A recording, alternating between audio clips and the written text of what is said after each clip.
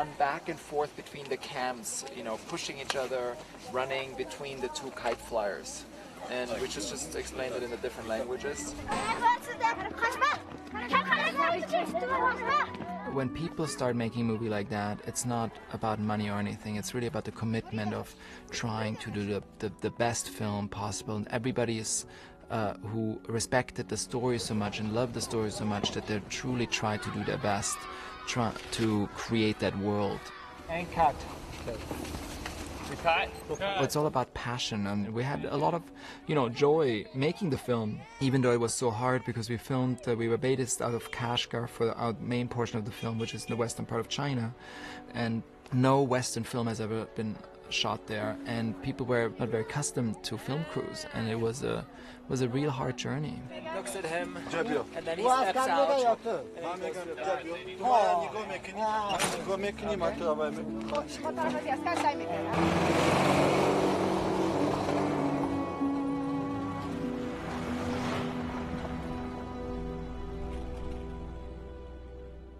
Here, they hoard a little bit together there. In this pack here on the left. Adjusted that. Okay, good.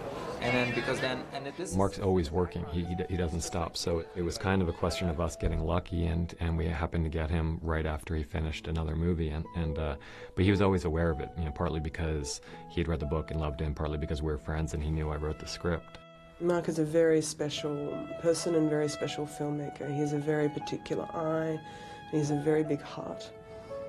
And he immediately connected to this story. He connected with the humanity of this story in a very, very profound way. And he's fearless. Also, Michael, could we have a little bit more ammunition for him? Just a little bit more ammunition for him when he shoots. And also, when they run back for the whole group, they should run back faster. There were some filmmakers who were afraid of venturing into this terrain, telling a story or making a movie set in a culture that was not their own. There was some that were afraid of what it meant to make this movie today. There were some who were challenged by the idea of making a movie partly in a language that wasn't their own, and Mark had none of these qualms.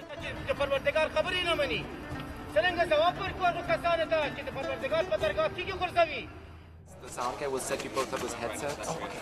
Right off the bat, you know, Mark indicated to me how serious he was about making this film an authentic experience for the world, but also out of respect for the Afghans. And so I felt that they had definitely hired the right guy.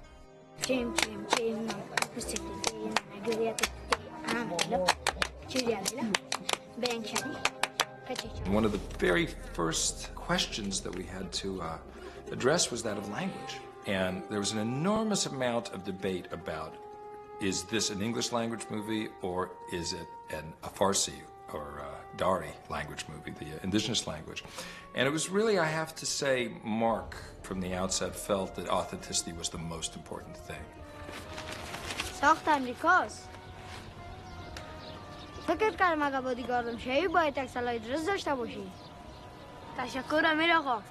I couldn't imagine the kids running around in Kabul in the 70s speaking English to one another, and then going on this journey to America, and then what language would they speak in America? Broken English? It just felt very unnatural and very and not very authentic to me. So I always insisted on that, and I thought it was a key element to the storytelling.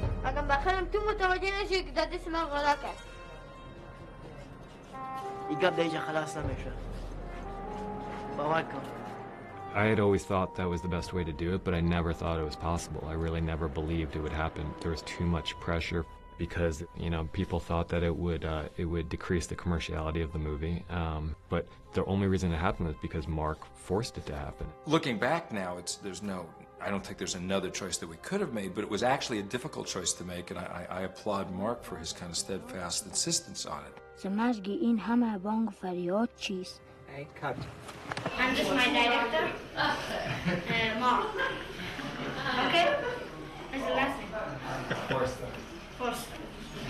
Mark Forster. Okay. When we were casting it, we were looking at all of the enclaves of Afghans all over the world to find kids and also actors with other parts. And we very quickly realized the kids in all those parts of the world were very westernized. They were very, you know, they spoke fluent English and or fluent German in Germany or in the different countries. They spoke their language fluently. So I said, we have to go to Kabul. So my casting director, Kate Dowd from London, traveled to Kabul and started looking for kids there. And I joined her later, and she showed me like 2 schools and where she found most of the kids, and we played with the kids, and with a video camera I played around with them, and I just tried to feel the kids and see which one would be the best kids for the role, and basically sort of it was all instinctual how we then found Zakaria and Ahmad for Hassan and basically Ali Danish for Sarab. So it was just a process of them coming in and reading for me and playing with them over like a time period. تو وقت ما طرف میکنی که پران دیگه طرف میره. کی طرف میره؟ از کجا میفهمی؟ گوی ما با تو دروغ گفتیم؟ گفتی تو الله دروغ؟ دروغ که چطوری بخورم بهتر است. I think they turned out amazing. I think everybody agrees that their performances turned out really strong. And as an editor, you don't create a good performance. You can't do it if it's not there. You enhance it and you pull it out. I mean, those kids did those performances.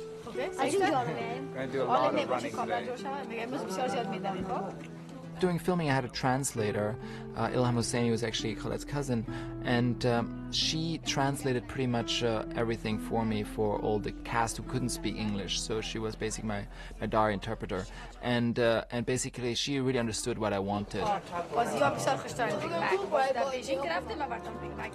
That's not that ending.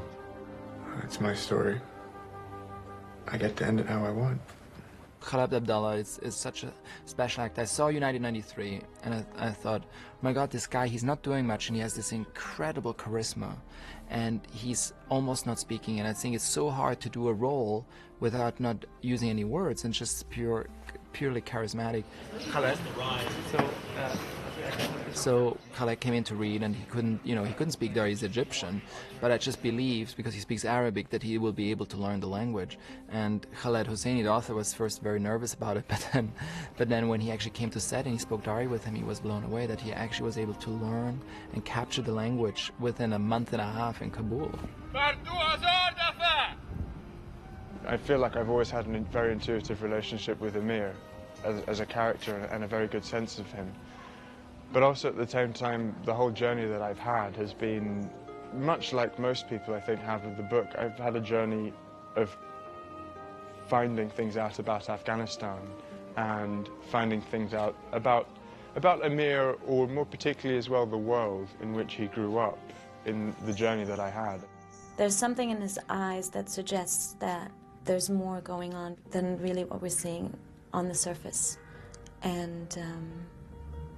And that could be interpreted as guilt or as many different things, and I think it works very much in his favor. And action! I was very blessed with the cast, and they're very, very special actors.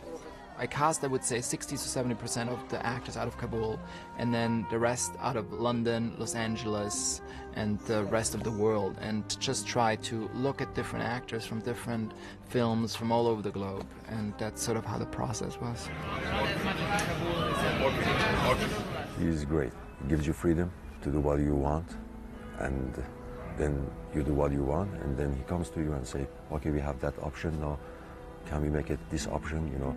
So this way he gives you more confidence. Instead of coming and shout at you and say, oh, this is not good, you did it wrong. He knows how to deal with the actors, how to speak with the actors, and get what he wants from the actor. That was very good. Let's try that one. He's very subtle, and he's very sensitive. He's very supportive, and he's very kind. Yeah, I mean, it just feels a bit weird to say that out of nowhere. It could be nice to interrupt. That's what I'm saying. That's all I'm talking about, just the interruption. Oh, okay. You feel he has a very centered and deep emotional connection with this story, and with this kind of story, both in the childhood aspect of it and also the grown man aspect of it. I miss John.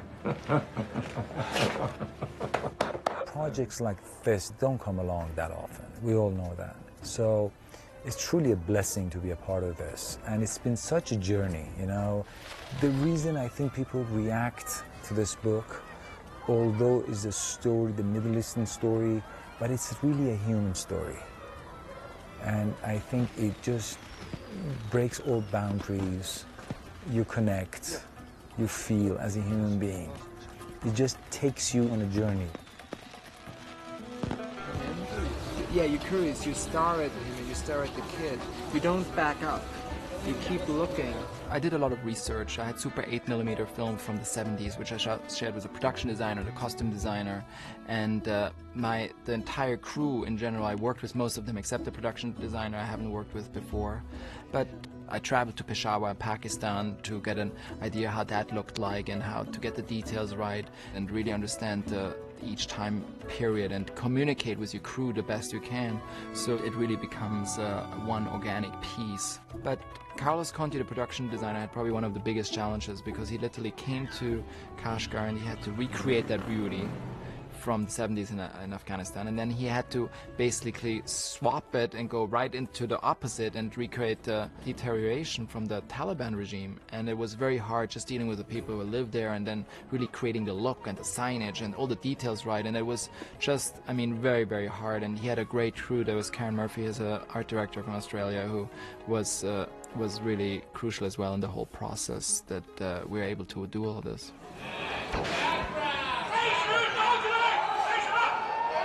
We filmed in China, but where we filmed in China isn't really China.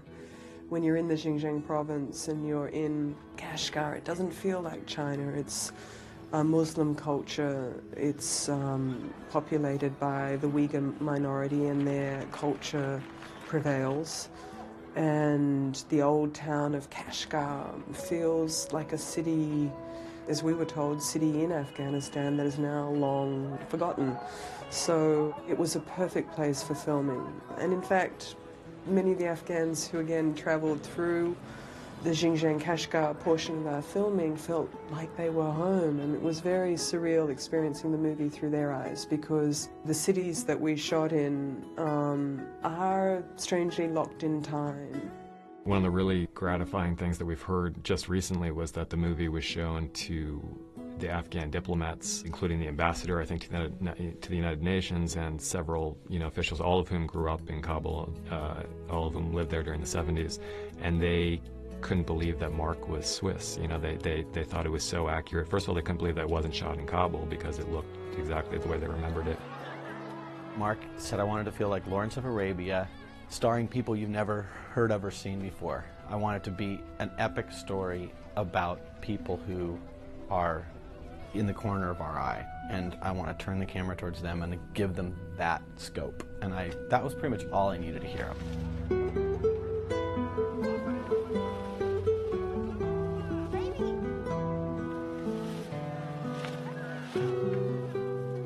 I mean, do you prefer to see like this, Mark? Tracing down your finger, okay, keep going with your finger, like that, so you just see a pure part of it all the way? Or seeing it as the whole carving?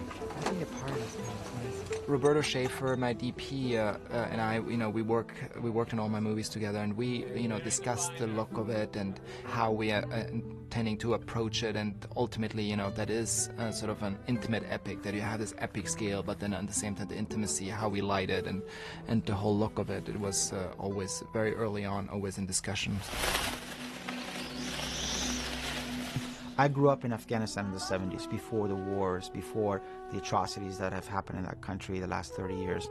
And it was a very innocent, peaceful, quiet time, relatively speaking. And to me, the kites will be forever associated with that time, with that place, and with that era in my childhood. So the kites are kind of emblematic of that innocence, of that period. And so it's a symbol of that innocence that has been lost. Stay right there. Yeah, just keep him up. That's good. a kite master was very important for me, to have like someone who consulted me in making the kites and creating the kites and showing the fights. And when I created the fights first preliminary on a computer, you know, just going through the motions, what fight number 1 will be, what fight number 2 will be, how one basically defends, how one attacks, how one escapes. So it's these different ways how a kite fight works. We really broke down and orchestrated according to that. But you know, it's a real kite on the ground, and then we launch the kite, but then the kite becomes a CG kite, and then it comes in the air. But then we have a small helicopter who does the move, imitates the move, and then put the kite in the foreground, and so on. It's a whole process.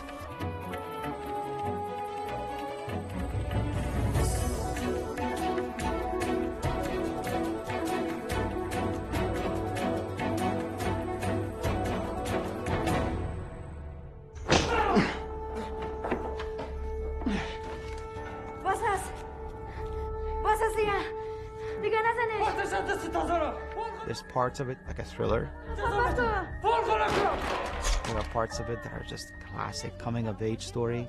It's an immigrant story. It's really a story about fathers and sons. I mean, it's a lot of different things. I don't know how you would describe it.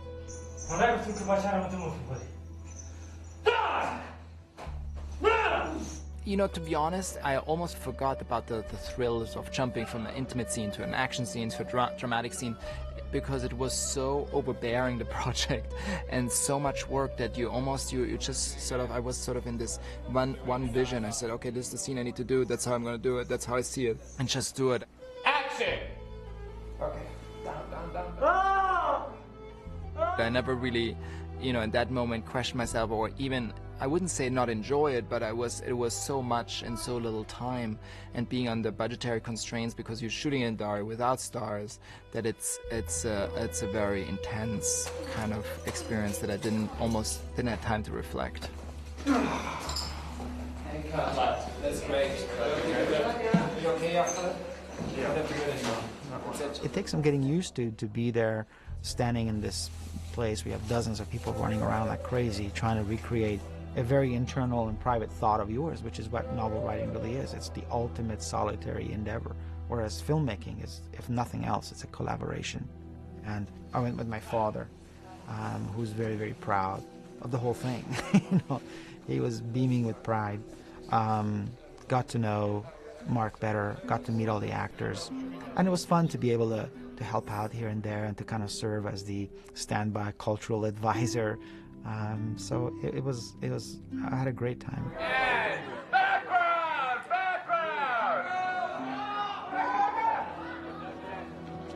And action!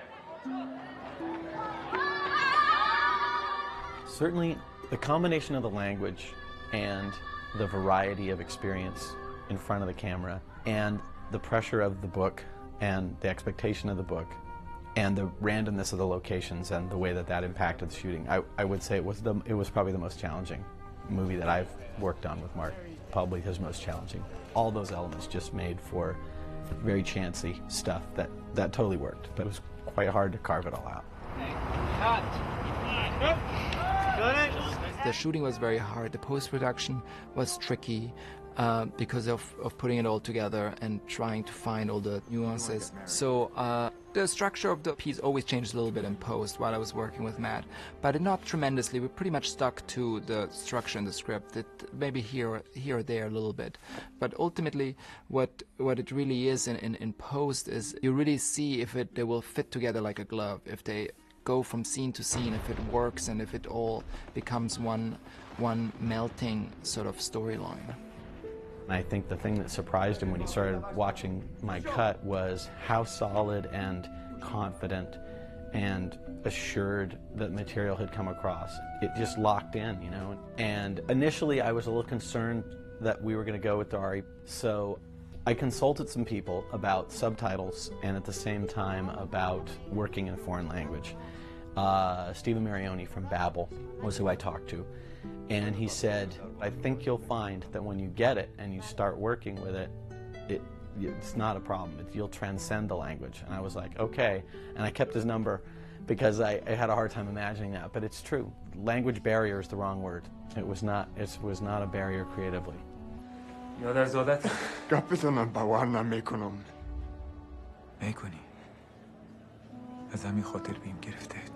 Another challenge was music. It was a conscious decision to not go wall to wall with the ethnic music. I chose Alberto Iglesias as a composer.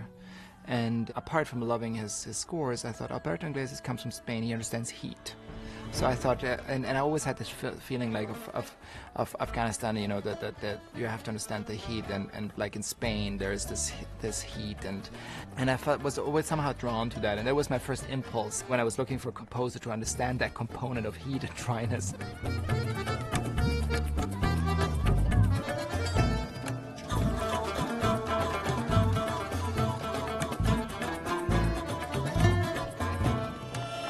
And then we started talking about it, and I felt like I didn't want to do a traditional Afghan score for this movie necessarily, because I felt like, you know, it's a story I wanted to share with the world, with the rest of the world, and I thought the music can be reflected sometimes of ethnical background, but ultimately that the music shouldn't just be based on an ethnic Afghan score. I thought that would be wrong and wouldn't be the right approach. So I really wanted to open that up and make sort of a more of a mixed cultural experience in that sense, on a musical level.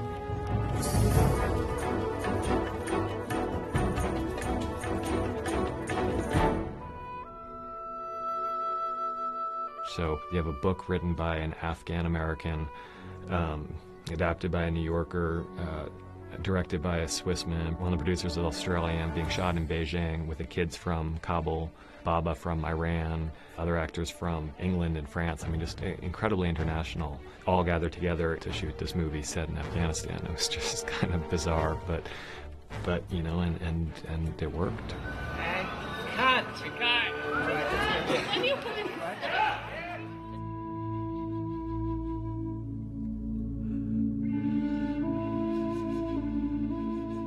I had written a draft where the ending was actually fairly morose, much more than the ending in the novel now. And it involved the death of a child and remorse over that, and trying to come to terms with that. And there was something lacking in that ending. And I felt, here's this character, Amir, has gone through this incredible journey only for it to end in kind of this nihilistic way. And my wife, who had read the manuscript initially, and said, you know, the ending, maybe this boy can survive, and maybe there's something you can do with that. And I had initially resisted it. But then when other people read the book, and they also said the same thing, the manuscript. So I said, you know, I'll give it a shot, and I'll write a different ending and see how it feels. And if it's no good, we'll go with the original ending. But then when I brought this boy back to life, as it were, resurrected him, Amir became a father, and then that father-son circle was closed, and the ending became sweeter and simpler. And the best solutions are always simpler. I mean, they're always the direct route. And it became, I think, a much more satisfying ending.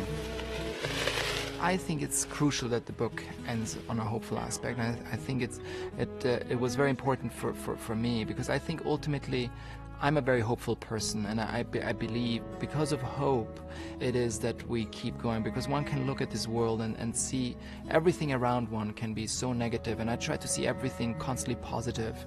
And I think you go on a journey like the Kite Runner, you go through so many dark moments and so many moments of despair that ultimately hope will set you free at the end of the movie. And I think it's that hope which new generations get born out of, that hope where redemption really comes into place and forgiveness really has its most power.